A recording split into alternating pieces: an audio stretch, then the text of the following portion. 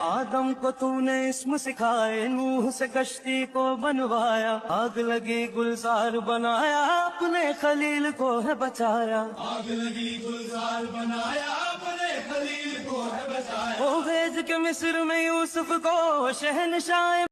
الحمدللہ وکفی وخاتم الانبیاء ومرسلین، اما بعد، فاعوذ باللہ من الشیطان الرجیم، بسم اللہ الرحمن الرحیم۔ میرا نام ہے حسیب علی اور آپ دیکھ رہے ہیں میرا یوٹیوب چینل حسیب علی ٹی وی اور میرا فیس بک پیج HKA۔ مجھے امید ہے آپ جہاں بھی ہوں گے خیریت سے ہوں گے اور خوش باش ہوں گے۔ میں بھی جہاں بھی ہوں خیریت سے ہوں اور خوش باش ہوں۔ تو تمام دیکھنے اور سننے والے سامعین کو السلام علیکم ورحمۃ اللہ وبرکاتہ۔ تو آج جو ہے میں قرآن مجید کی چند آیات کا ترجمہ مختصر حواشی آپ کے ساتھ شیئر کروں گا۔ میں نے جب یہ چیز پڑھی ترجمے کے ساتھ، جو چیزیں میں آپ کے سامنے پیش کرنے والا ہوں، تو میرے کو احساس ہوا کہ جو لوگ مجھے سوشل میڈیا پہ دیکھتے ہیں، یعنی کہ یوٹیوب اور فیس بک وغیرہ پہ، ان تک جو ہے میں ان چیزوں کو پہنچاؤں۔ تو ہمیں چاہیے، کیونکہ قرآن مجید ہم سب کے لیے جو ہے ہدایت ہے، اور ہم سب کو چاہیے کہ قرآن مجید کا جتنا ہو سکے ہم سے دن میں ہم ترجمے کے ساتھ پڑھیں۔ اس سے جو ہوگا ہمارے جو بھی بہت سے مسائل ہیں، بہت سے نہیں حالانکہ سارے مسائل کا حل اس کے اندر موجود ہے۔ آپ اس کو ترجمے سے پڑھیں، آپ کے بہت سے مسائل ہیں، سارے کے سارے مسائل جتنے بھی ہوں سب حل ہو جائیں گے۔ لیکن ہم نے پڑھنا خود ہے، کیونکہ جو ہے ہم پڑھیں گے تو ہمارے کو جو ہے بہت فائدہ ہوگا۔ اس لیے ہمیں چاہیے ایک تو پڑھنے کا ثواب، ٹھیک ہے، اور پھر ہم سمجھیں گے اور پھر ہمارے جو مسائل ہوں گے وہ حل ہوں گے، ٹھیک ہے۔ تو شروع کرتے ہیں، بسم اللہ الرحمن الرحیم۔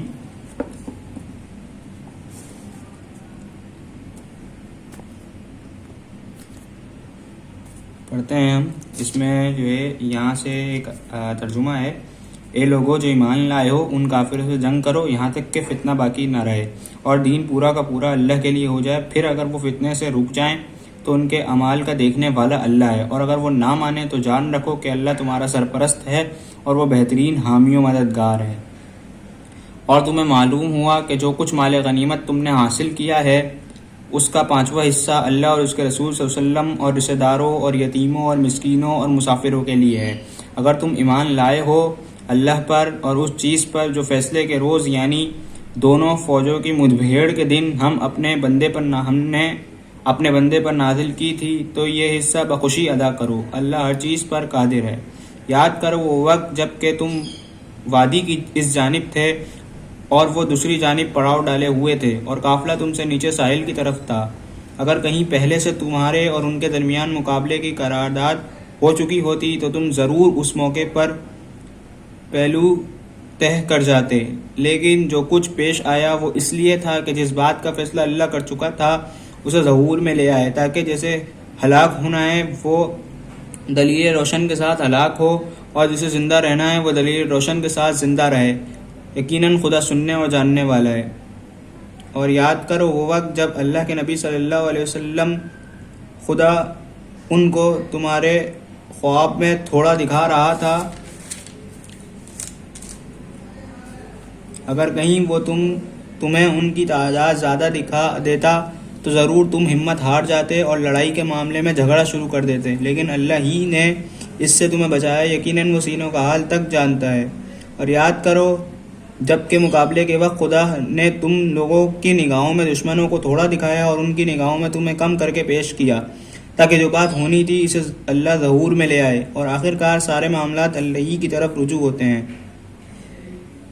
اے لوگو جو ایمان لائے ہو، جس کسی گروہ سے تمہارا مقابلہ ہو تو ثابت قدم رہو اور اللہ کو کثرت سے یاد کرو، توقع ہے کہ تمہیں کامیابی نصیب ہوگی۔ اور اللہ اور اس کے رسول صلی اللہ علیہ وسلم کی اطاعت کرو اور آپس میں جھگڑو نہیں، ورنہ تمہارے اندر کمزوری پیدا ہو جائے گی، اور تمہاری ہوا اکھڑ جائے گی۔ صبر سے کام لو، یقیناً اللہ صبر کرنے والوں کے ساتھ ہے۔ اور ان لوگوں کے سے رنگ ڈھنگ نہ اختیار کرو جو اپنے گھر سے اتراتے اور لوگوں کو اپنی شان دکھاتے ہوئے نکلے، اور جن کی روش یہ ہے کہ اللہ کے راستے سے روکتے ہیں، وہ جو کچھ کر رہے ہیں وہ اللہ کی گرفت سے باہر نہیں۔ ذرا خیال کرو اس وقت کا جب کہ شیطان نے ان لوگوں کی کرتوت ان کی نگاہوں میں خوشنما بنا کر دکھائے تھے، اور ان سے کہا تھا کہ آج کوئی تم پر غالب نہیں آ سکتا، اور یہ کہ میں تمہارے ساتھ ہوں۔ مگر جب دونوں گروہ کا آمنا سامنا ہوا تو وہ الٹے پاؤں پھر گیا اور کہنے لگا کہ میرا تمہارا ساتھ نہیں ہے، میں وہ کچھ دیکھ رہا ہوں جو تم لوگ نہیں دیکھتے۔ مجھے خدا سے ڈر لگتا ہے اور خدا بڑی سخت سزا دینے والا ہے۔ آپ دیکھ سکتے ہیں کہ بھائی اب میں نے جو ہے آپ کے سامنے تقریباً 1 سے 1.5 صفحہ جو ہے ترجمے کے ساتھ جو ہے پڑھا ہے،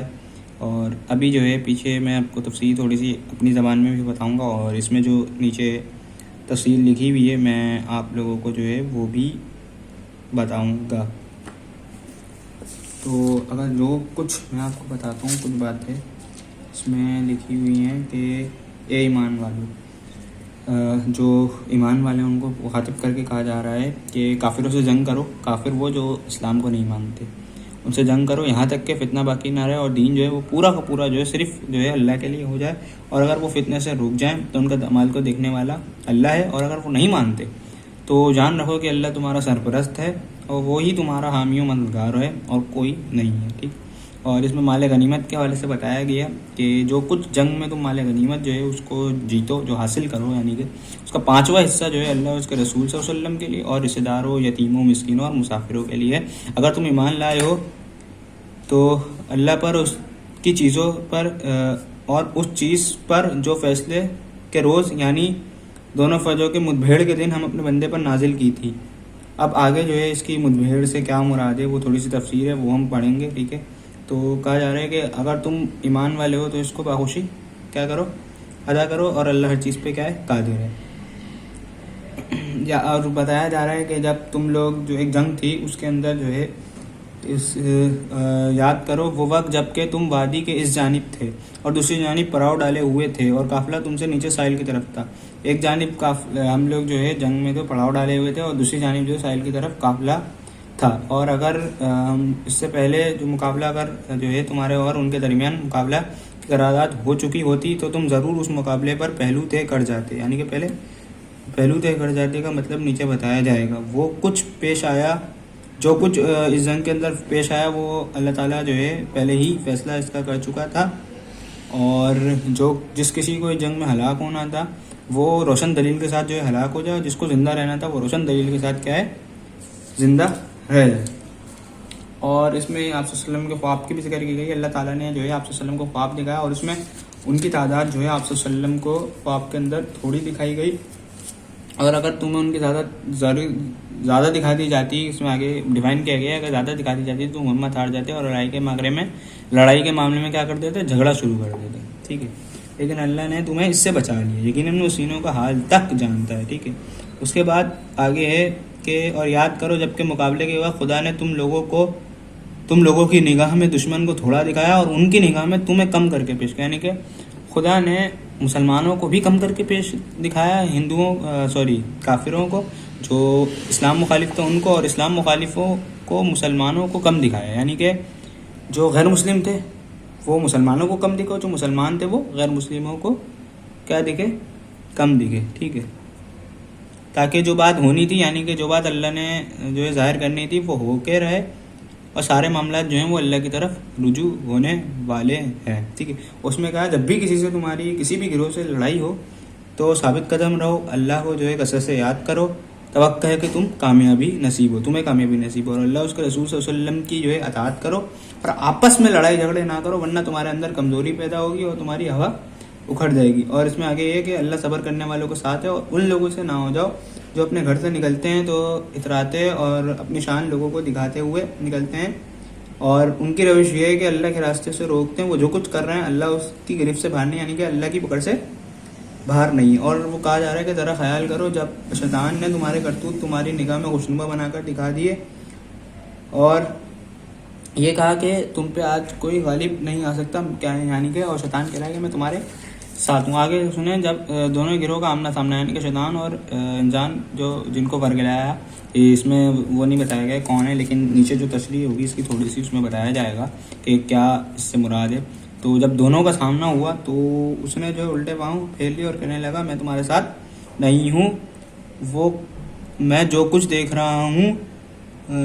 ہوں جو تم لوگ نہیں دیکھتے، مجھے خدا سے ڈر لگتا ہے اور خدا بڑے سخت سزا دینے والا ہے،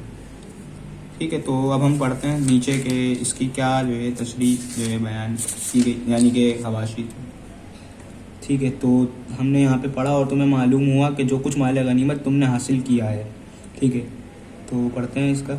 یہاں اس مال غنیمت کے تقسیم کا قانون بتایا ہے، جس کے متعلق تقریر کی ابتدا میں کہا گیا تھا کہ یہ اللہ کا انعام ہے جس کے بارے میں فیصلہ کرنے کا اختیار اللہ اور اس کے رسول صلی اللہ علیہ وسلم ہی کو حاصل ہے۔ اب وہ فیصلہ بیان کر دیا گیا۔ اس کے بعد ہم نے یہاں ایک آیت پڑھی، ترجمہ پڑھا، یعنی دونوں فوجوں کی مدبھیڑ کے دن ہم نے اپنے بندے پہ نازل کی تھی، یعنی وہ تائید و نصرت جس کی بدولت تمہیں فتح حاصل ہوئی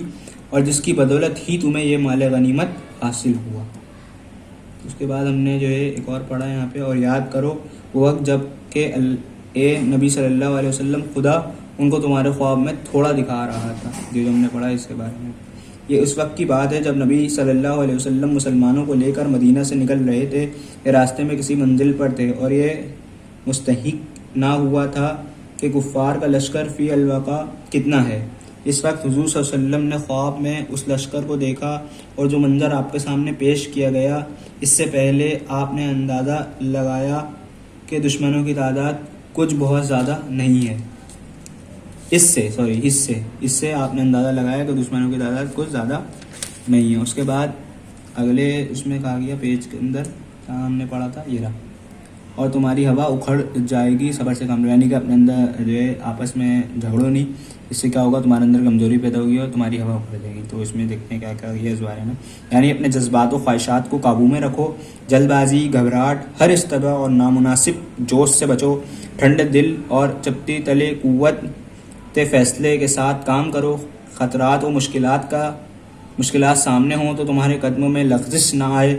اشتعال انگیز مواقع پیش آئے تو غیظ و غضب کا ہیجان تم سے کوئی بے محل حرکت سرزد نہ کرانے پائے، مصائب کا حملہ ہو اور حالات بگڑتے نظر آ رہے ہوں تو اضطراب میں تمہاری حواس پر عقدانہ نہ ہو جائیں، حصول مقصد کے شوق سے بیکار ہو کر یا کسی نیم پختہ تدبیر کو سرسری نظر میں کاریگر دیکھ کر تمہارے ارادے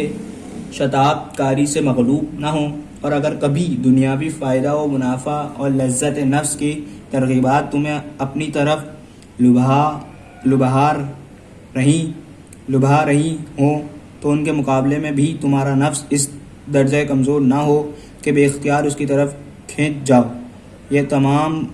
مفہومات صرف ایک لفظ صبر میں پوشیدہ ہیں، اور اللہ تعالیٰ فرماتا ہے کہ جو لوگ ان تمام حیثیات سے صابر ہوں میری تائید انہی کو حاصل ہے۔ اس کے بعد جو ہے آگے بھی ہم نے پڑھا تھا،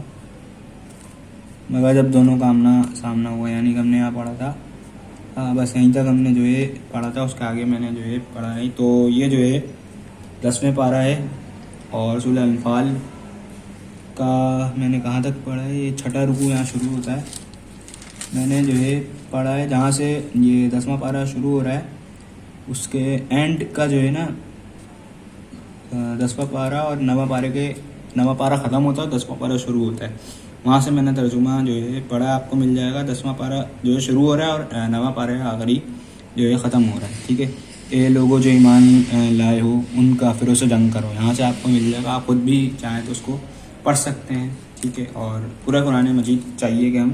جو ترجمے کے ساتھ جو ہے پڑھیں۔ تو اگر میری کوئی بات کسی کو بری لگ گئی ہو تو معذرت، اپنے بھائی سید صف کو دیجیے اجازت اور اپنے بھائی سید صف کو رکھیے گا دعاؤں میں یاد۔ مجھے امید ہے آپ کو اس سے بڑا فائدہ ہوا ہوگا، اور انشاءاللہ جو ہے آگے میں آپ کے ساتھ جو ہے سورہ رات کے جتنے بھی رکوع ہیں وہ بھی میں آپ کے ساتھ جو ہے شیئر کروں گا۔ تو کچھ آیات تھیں جو میں پڑھی تو میرے کو محسوس ہوا کہ میں آپ کے ساتھ